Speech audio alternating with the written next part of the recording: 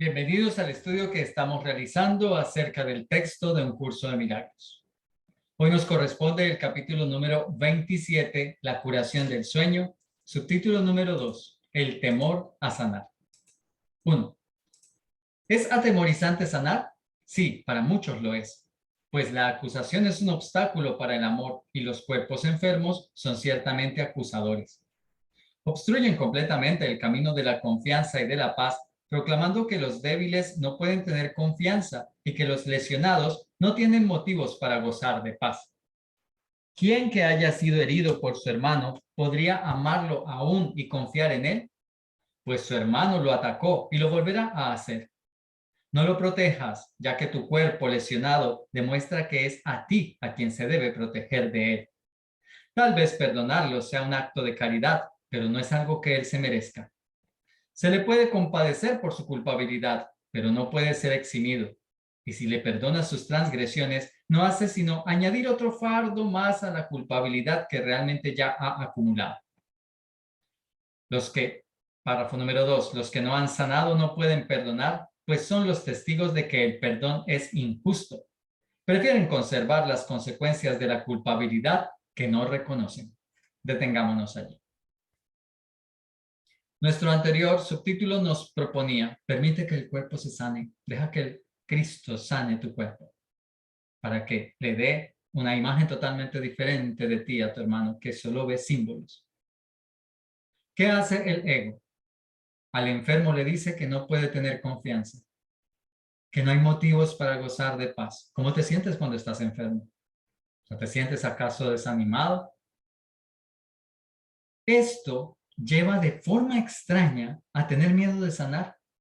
¿Por qué de forma extraña? Porque lo lógico sería que si estoy enfermo quiera inmediatamente aceptar ese regalo de curación. Pero no me da miedo de sanar. Me da miedo de sanar porque eso implicaría que entonces mi hermano no es tan culpable como yo creo. Mi hermano es el que me ataca, así que yo debo protegerme de él. ¿Perdonar a mi hermano? Puede que sea un acto de caridad, pero él no se merece ni siquiera mi caridad. Mírame, mira cómo me tiene. Mira las canas que me ha sacado, las arrugas que han sacado estos hijos en mí. No, si me sano, lo eximo de su culpa. De hecho, cuando no lo perdono, estoy haciendo algo mejor todavía, porque si lo perdono, le hago daño, porque le añado más culpa a la que ya tiene acumulada. Imagínate la lógica del sistema del ego tan absurdo. Los enfermos, en últimas, entonces no pueden perdonar porque son los testigos de que el perdón es injusto. Así que, ¿qué hacen? Mantener en sí esas consecuencias de la culpa. ¿Lo estás comprendiendo? Párrafo número 2. Continuamos desde donde nos quedamos. No obstante, nadie puede perdonar un pecado que considere real. Y lo que tiene consecuencias tiene que ser real, porque lo que ha hecho está ahí a la vista. El perdón no es piedad, la cual no hace sino tratar de perdonar lo que cree que es verdad. No se puede devolver bondad por maldad, pues el perdón no establece primero que el pecado sea real para luego perdonarlo. Nadie que esté hablando en serio diría, hermano, me has herido. Sin embargo, puesto que de los dos yo soy el mejor, te perdono por el dolor que me has ocasionado. Perdonarle y seguir sintiendo dolor es imposible, pues ambas cosas no pueden coexistir. Una niega a la otra y hace que sea falsa. 3.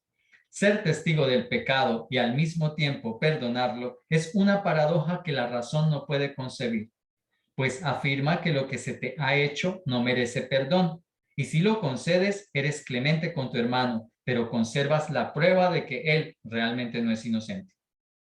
Los enfermos siguen siendo acusadores. No pueden perdonar a sus hermanos ni perdonarse a sí mismos. Nadie sobre quien el verdadero perdón descansa puede sufrir, pues ya no exhibe la prueba del pecado ante los ojos de su hermano. Por lo tanto, debe haberlo pasado por alto y haberlo eliminado de su propia vista. El perdón no puede ser para uno y no para el otro. El que perdona se cura, y en su curación radica la prueba de que ha perdonado verdaderamente y de que no guarda traza alguna de condenación que todavía pudiese utilizar contra sí mismo o contra cualquier cosa viviente.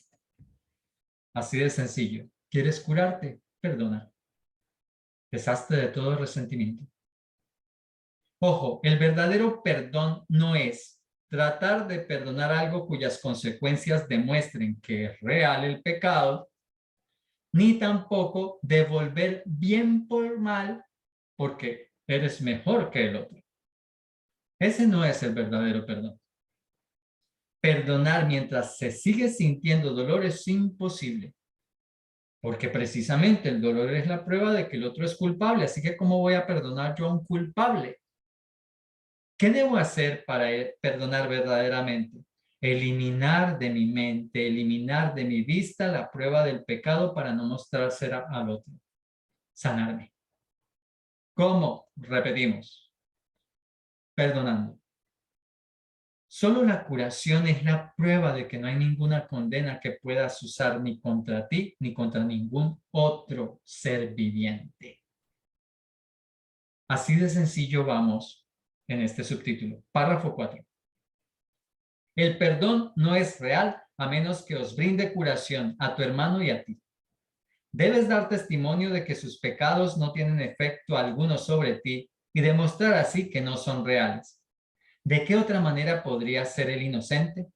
¿Y cómo podría estar justificada su inocencia a menos que sus pecados careciesen de los efectos que confirmarían su culpabilidad? Los pecados están más allá del perdón simplemente porque entrañarían efectos que no podrían cancelarse ni pasarse por alto completamente.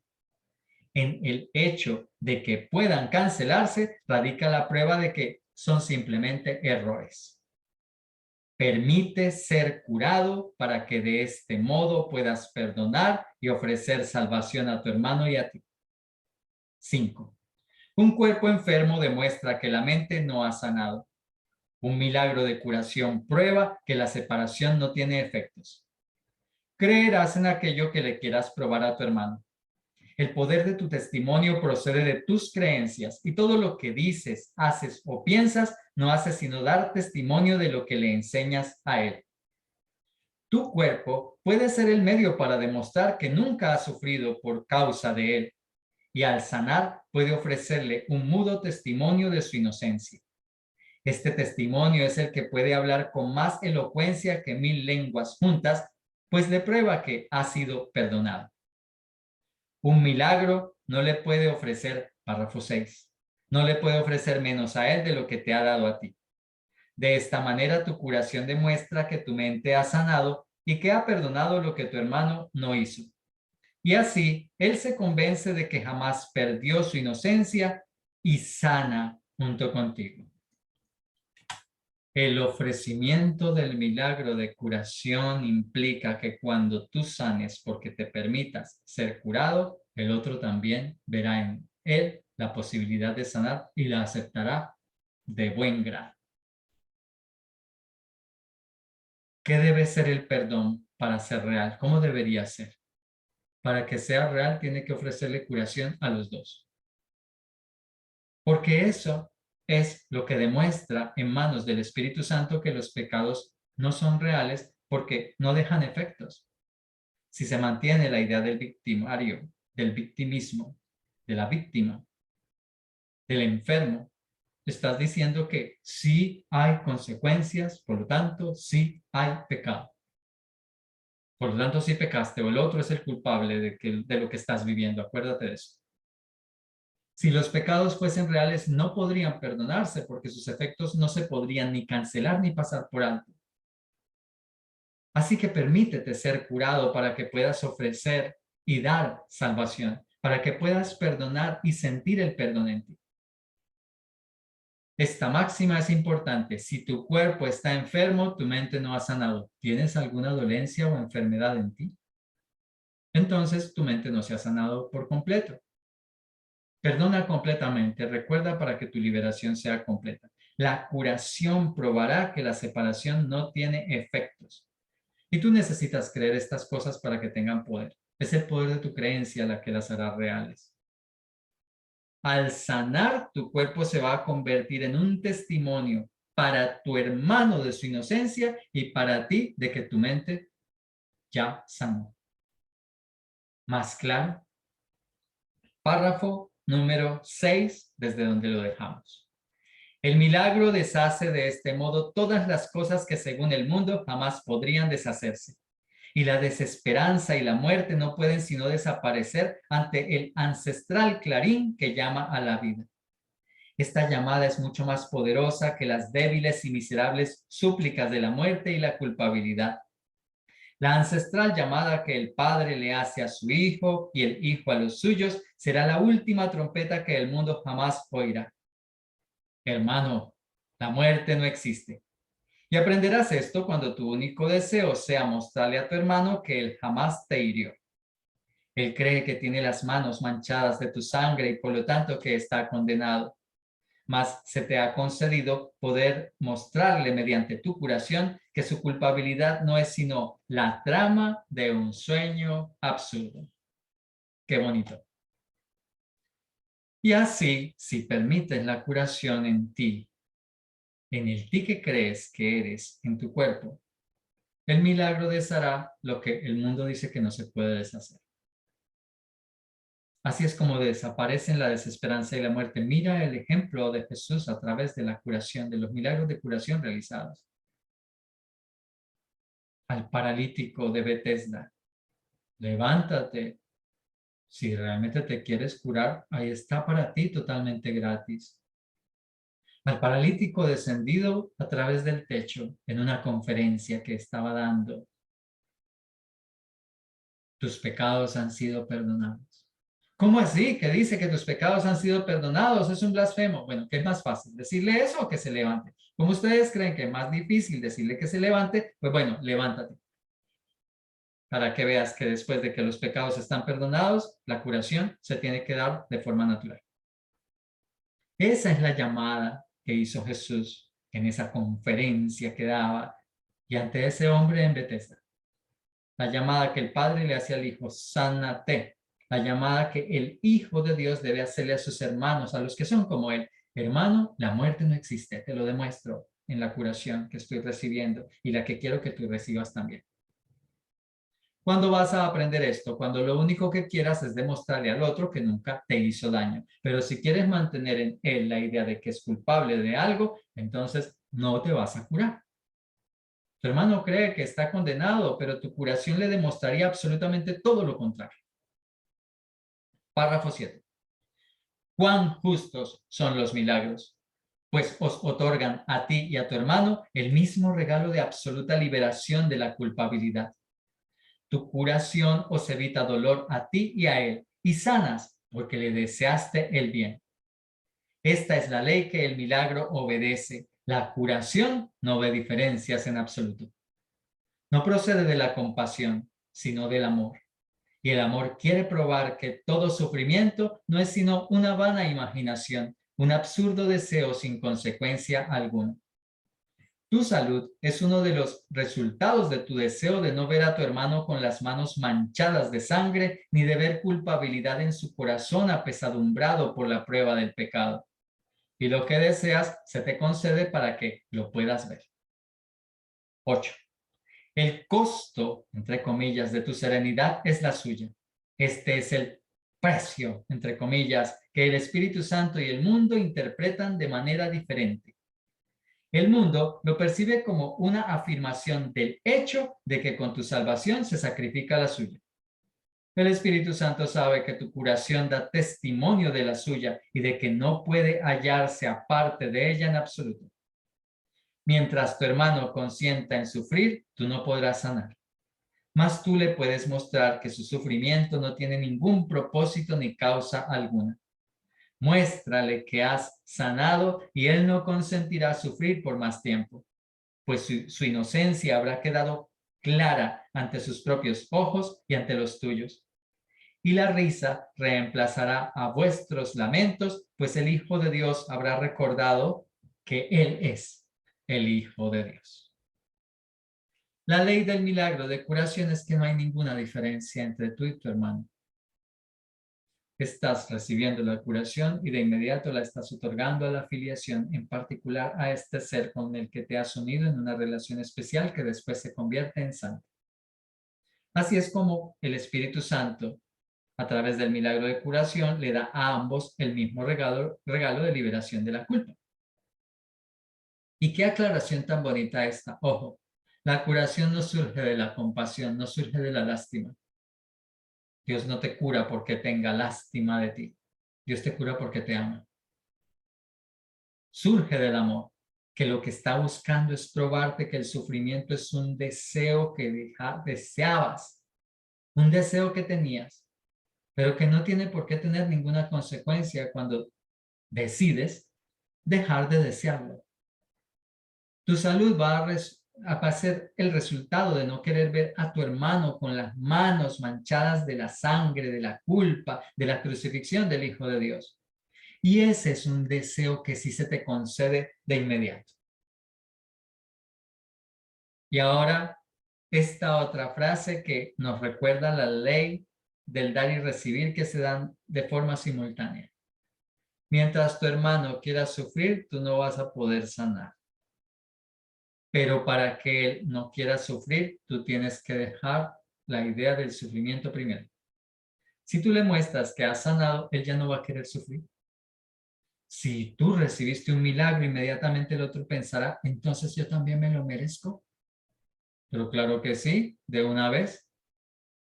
Recuerda que dar y recibir son totalmente simultáneos y aquí te lanza esta analogía. Y con la risa como resultado, el Hijo de Dios recordará que Él es el Hijo de Dios. Bonito. Párrafo 9. ¿Quién tiene entonces miedo de sanar? Ojo que nuestro subtítulo de hoy se titula así, el temor a sanar. ¿Quién tiene miedo de sanar? Aquellos para quienes el sacrificio y el dolor de su hermano representan su propia serenidad.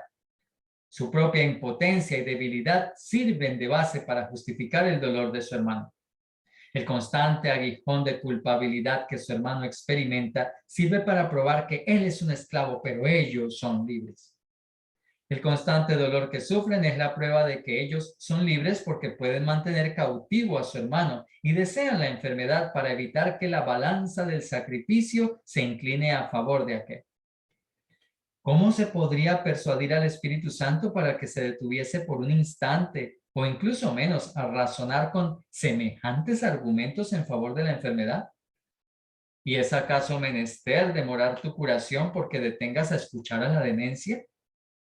10. Tu función no es corregir. La función de corregir le corresponde a uno que conoce la justicia, no la culpabilidad. Si asumes el papel de corrector, ya no puedes llevar a cabo la función de perdonar. Nadie puede perdonar hasta que aprende que corregir es tan solo perdonar, nunca acusar. Por tu cuenta, no podrás percatarte de que son lo mismo y de que por lo tanto no es a ti a quien corresponde corregir. Identidad y función son una misma cosa y mediante tu función te conoces a ti mismo. De modo que si confundes tu función con la función de otro, y ese otro, mira que está con mayúscula, es decir, del Espíritu Santo, es que estás confundido con respecto a ti mismo y con respecto a quien eres. ¿Qué es la separación sino un deseo de arrebatarle a Dios su función y negar que sea suya? Mas, si no es su función, tampoco es la tuya, pues no puedes por menos que perder aquello de lo que te apoderas. Mira, ¿quién tiene miedo a sanar entonces? El que se siente sereno con el sufrimiento del otro. Al que le encanta que el otro esté sufriendo. Aquel con una idea igualmente extraña que la que estábamos viendo ahora, de que yo soy libre porque puedo tener al otro encarcelado. Porque lo puedo tener esclavo de su culpabilidad, porque lo puedo hacer sentir mal, es que yo me siento bien.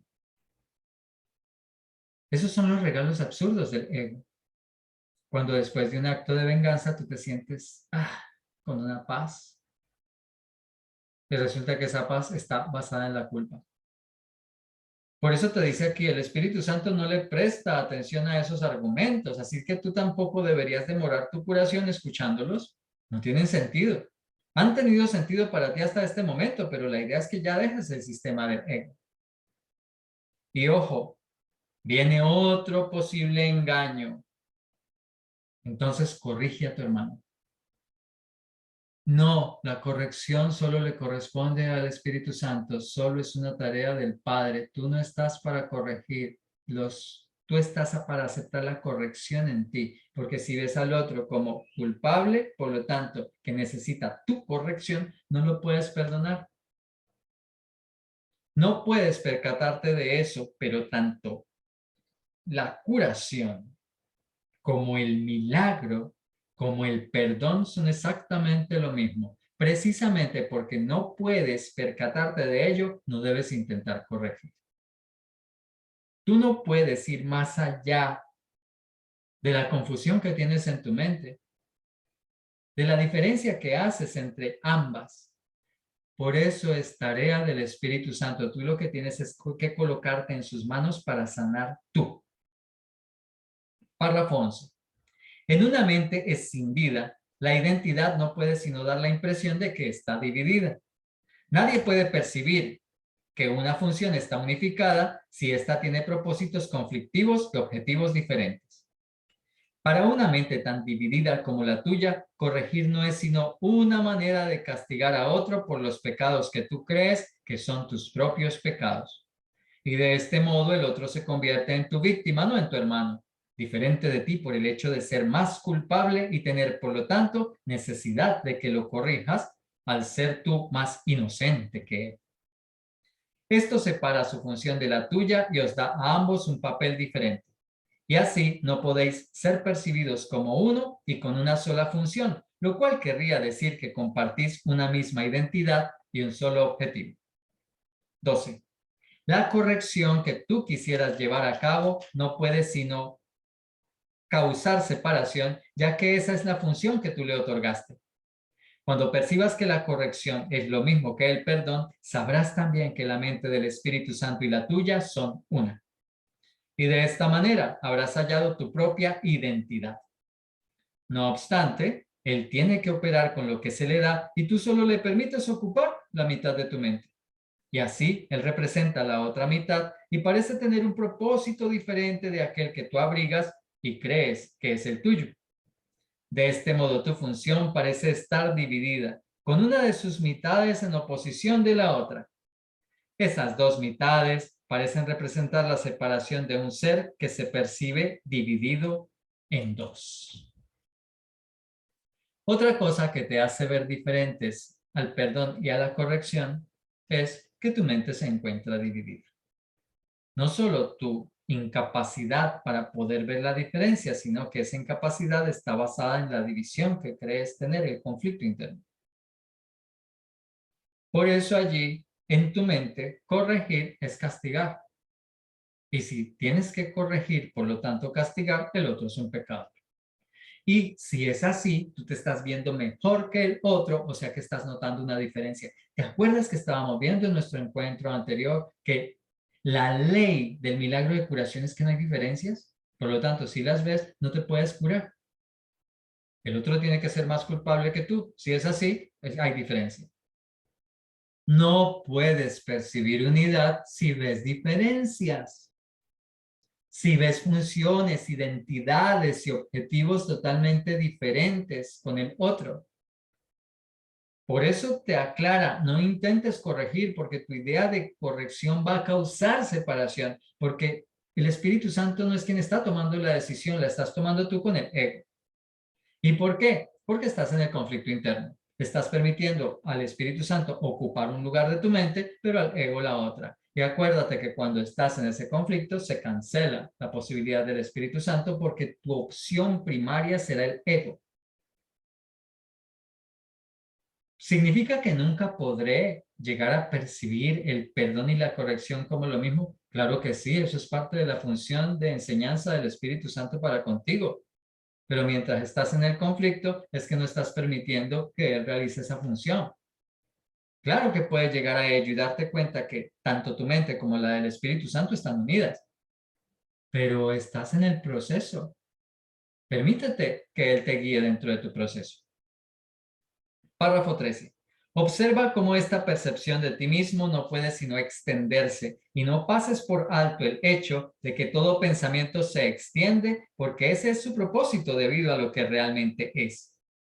De la idea de que el ser se compone de dos partes, surge necesariamente el punto de vista de que su función está dividida entre las dos. Pero lo que quieres corregir es solamente la mitad del error que tú crees que es todo el error. Los pecados de tu hermano se convierten de este modo en el blanco central de la corrección. No vaya a ser que tus errores y los suyos se vean como el mismo error. Los tuyos son equivocaciones, pero los suyos son pecados y por ende no son como los tuyos. Los suyos merecen castigo, mientras que los tuyos, si vamos a ser justos, deberían pasarse por alto. 14. De acuerdo con esta interpretación de lo que significa corregir, no podrás ver tus propios errores, pues habrás trasladado el blanco de la corrección fuera de ti mismo sobre uno que no puede ser parte de ti mientras esa percepción perdure. Aquel al que se condena jamás puede volver a formar parte del que lo acusa, quien lo odiaba y todavía lo sigue odiando por ser un símbolo de su propio miedo. He aquí a tu hermano, el blanco de tu odio, quien no es digno de formar parte de ti y es por lo tanto algo externo a ti, la otra mitad, la que se repudia. Y solo lo que se deja privado de su presencia se percibe como todo lo que tú eres. El Espíritu Santo tiene que representar esa otra mitad hasta que tú reconozcas que es la otra mitad. Y Él hace esto asignándoos a ti y a tu hermano la misma función y no una diferente. De la idea de que el ser se compone de dos partes. Yo soy bueno por acá, soy malo por acá, yo soy cuerpo, pero también soy espíritu. De allí es donde surge el conflicto y es donde mi función se divide en dos. Parece que mi proceso espiritual es mío y estoy alejado del otro. Pero bueno, para ayudarlo tengo que perdonar. Pero bueno, como estoy en el ego, confundo el tipo de perdón. Tú has escogido solo una parte de tu mente y has dejado a la otra separada. Esa parte que crees ser hace que el blanco de tu corrección sean los errores del otro, los pecados que ves en tu hermano. Y lo haces, acuérdate, porque esa es la propuesta del ego para que te sientas inocente. Lo haces porque ves los tuyos como menores que los suyos. Entonces los tuyos son equivocaciones y los suyos sí son pecados. Los de él merecen castigo, los tuyos deben pasarse por alto. ¿Qué estás haciendo allí? No estás viendo tus errores.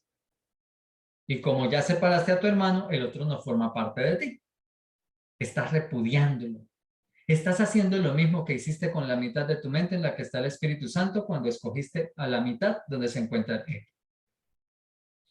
Ahora, ¿cuál es la solución que toma en sus manos el Espíritu Santo para ayudarte a corregir esa idea loca? Representar a tu hermano mientras te das cuenta que el Espíritu Santo está en él. Que él es esa mitad, porque estás proyectando tus pecados allí, es lo que estás viendo y cuando lo perdones te das cuenta, era lo mío, eran mis proyecciones, pero mientras tanto no lo estás haciendo.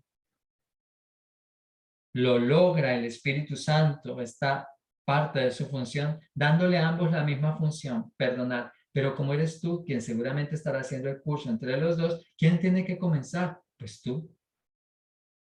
Párrafo 15.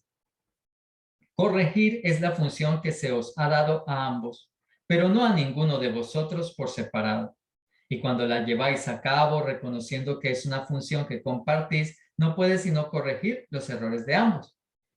No puede dejar errores sin corregir en uno y liberar al otro. Eso sería un propósito dividido y que por lo tanto no se podría compartir. Y así no puede ser el objetivo en que el Espíritu Santo ve el suyo propio. Y puedes estar seguro de que Él no llevará a cabo una función que no vea y reconozca como propia. Pues solo así puede Él mantener la vuestra intacta a pesar de vuestros diferentes puntos de vista con respecto a lo que es vuestra función. Si Él apoyase una función dividida, estaríais ciertamente perdidos.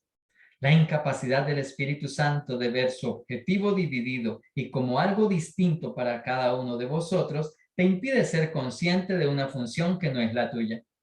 De esta manera, la curación se os concede a los dos. 16. La corrección debe dejarse en manos de uno que sabe que la corrección y el perdón son lo mismo.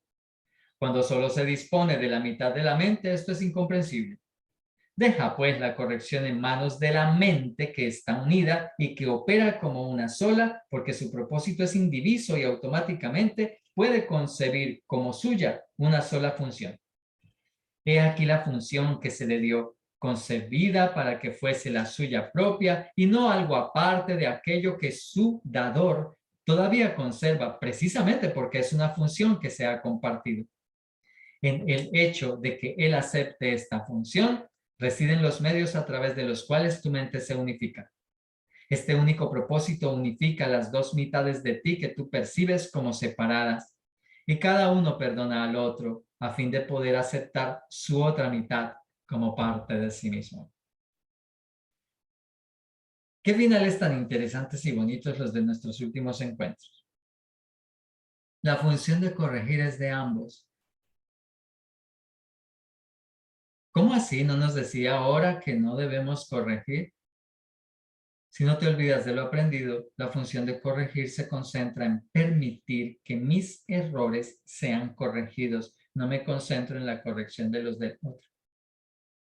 Por eso nos está diciendo, cuando se comparte la función de comprender que ese error es mío, entrego a la expiación, estoy compartiendo la función del Espíritu Santo de corregir y permitiendo que Él la realice en mí.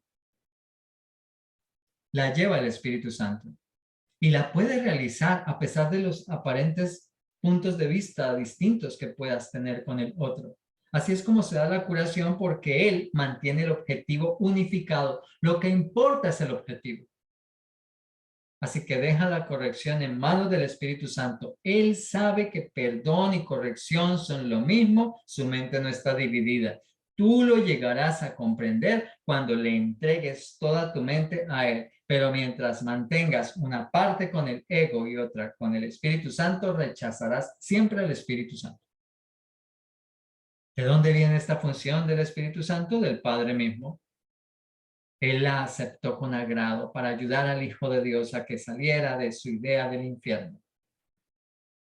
Los medios, por lo tanto, si es una función de Dios dada al Espíritu Santo, Él la acepta de buen grado para contigo, deben estar totalmente disponibles, ser fáciles de lograrlos y permitir que tu mente se unifique en sus manos con la misma facilidad, totalmente fluido.